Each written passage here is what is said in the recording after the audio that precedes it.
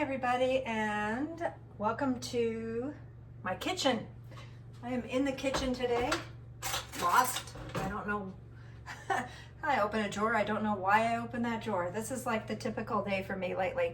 But anyway, first thing I'm going to be doing is I'm making a meatloaf, and we start out with a mirepoix. Basically is a French word for sauteed onions, carrots, and celery that has been finely diced. So I've got about a half of a medium onion in here, about 2 stalks of celery, and I think about 1 large carrot. So, and it's all been nicely chopped up, and what I'm going to do is I'm going to go and saute that up in some bacon grease. Okay, because we live completely off grid, we're run off a generator, and we're trying to get used to, in the future when we have solar, we're trying to make sure that we do not have any phantom power, which means all these clocks that you have inside your kitchen, microwave, stove, coffee pot, all these different appliances that think that you need to know what time it is at all times of the day. There's just so many of them. They all serve a purpose, I get that. Each appliance kind of does need it for timing. However, you don't need it on all the time. So my oven here is completely off, but I have a switch on my outlet so that my oven will pop on so that I can use the ignition on the gas. So basically, just gonna add a little bit of bacon grease, probably about a tablespoon, and all my veggies. My hands are clean. Best spatulas ever. So I'm just gonna throw this in here. Like I said, mirepoix mix, and I'm just gonna lightly saute them so that the onions become translucent. The next thing, while those things are cooking, I am going to dice up some roasted red bell pepper strips. Okay, I have the bell pepper strips diced up nice and neat. I'm gonna add a little bit of garlic to my stir fry here, my saute, I mean. This is freeze-dried garlic. I don't know why, but fresh garlic kind of has issues with Dan. He like burps it a lot, but freeze-dried garlic he does not. So I use a lot of the freeze-dried garlic. As those veggies are sauteing, I am going to start getting the meatloaf prepared. This is 2 pounds of ground beef.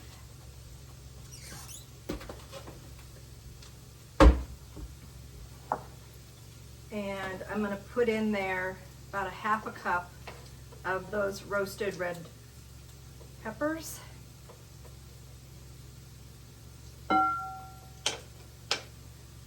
have 2 large eggs from my sweet chickens, donated these.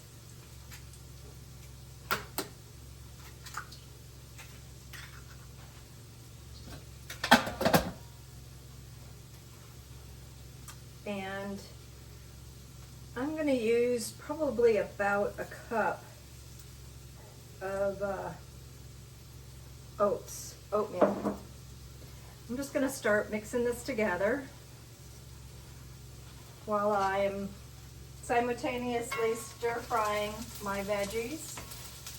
Now remember I told you bacon grease, and I actually ended up adding a little bit more, probably another half a tablespoon of the bacon grease.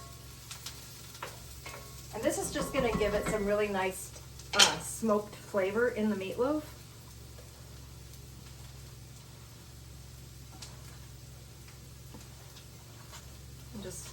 I'm just going to start to stir this up, because I don't want those hot veggies touching the egg and, you know, cooking the egg at all.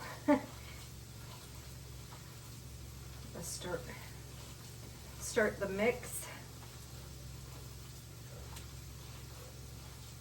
When I add the veggies, I'll do a little bit more thorough. Okay, and all I did was basically saute the veggies until the onions were just barely becoming a little translucent. I'm adding that to the mix that I've already started putting together. And now I'm gonna mix it even better.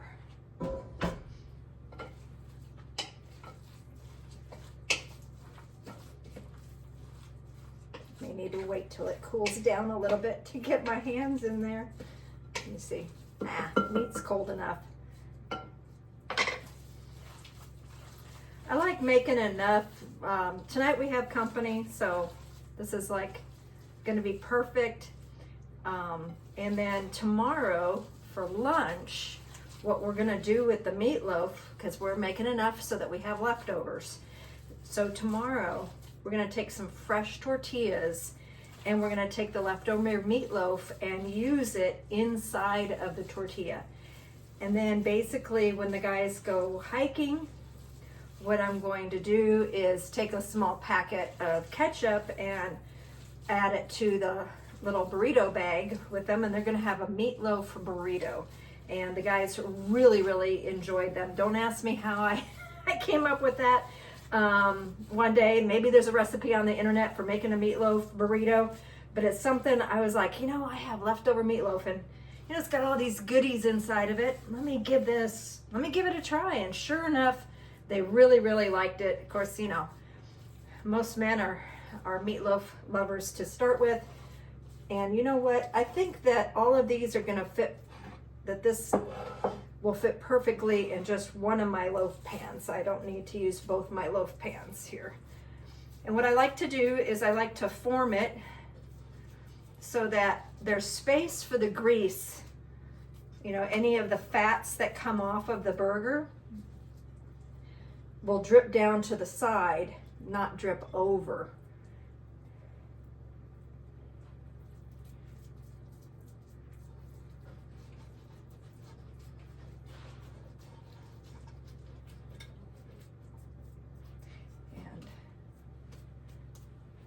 I'll show you.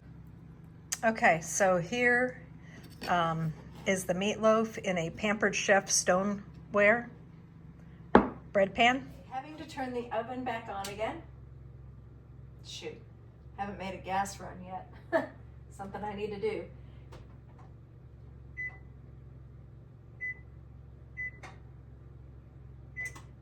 So I'm getting my oven preheated to around 350 degrees.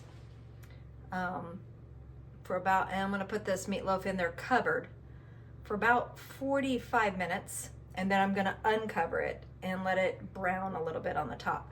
Mine's a little bit different. Dan likes just adding the ketchup right when he goes to use it. He doesn't like any tomatoes, no tomatoes cooked on the top, nothing like that. So this is like of 30 years of marriage, perfecting the meatloaf recipe for the King household. So this is meatloaf fit for a king. How corny is that? Okay, I increased it to 375 for about 15 minutes just to brown it up a little bit. I kind of would like to have it a little browner, so I'm going to leave it in for just a hair bit longer.